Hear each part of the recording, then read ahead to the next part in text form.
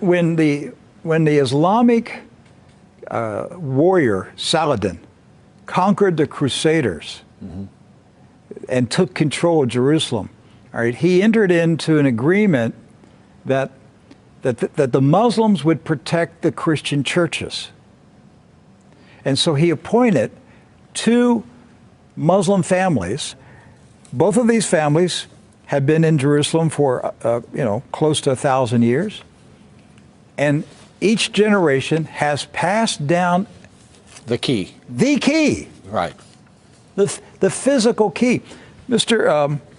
Judah said that the key he presently has is 800 years old. It's incredible. He had another key, but it broke. And this is a Muslim. I mean, yes. Adabid Judah is a Muslim.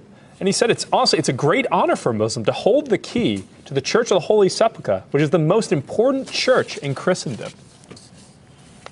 That's not disrespect. That's, we don't hear this in America. We don't hear, because what we have been told is Christian Americans, you should hate Muslims, you should kill Muslims. Because they're going to tear down all the churches and basically just ransack them and everything else. But here we have 2 families that for nearly 1,000 years have actually been watching over Christian churches. That's right. So who planted into our minds here in America that we should hate and kill Muslims?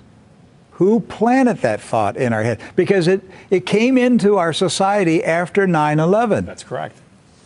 So 9/11 was a calculated, planned operation, and it changed everything in our country. And so we were saturated with media propaganda, which who owns the media in this country? So we're saturated with this media propaganda. You Americans, you need to hate Muslims. You need to go to war. You need to send your sons to go kill Muslims. All right?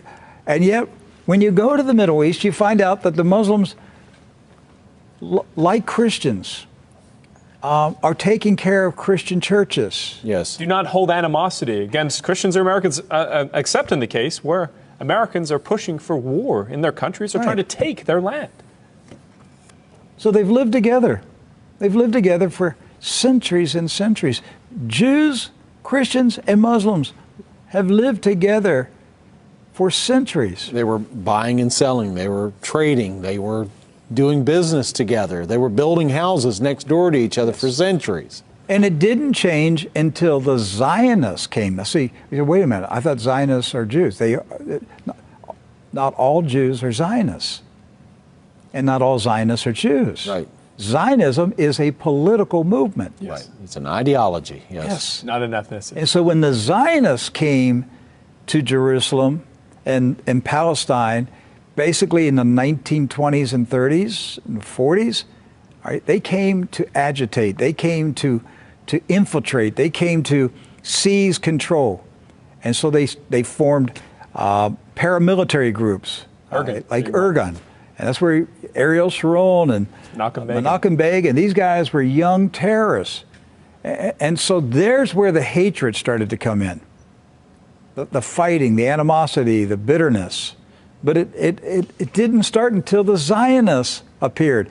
Jews, Muslims, and Christians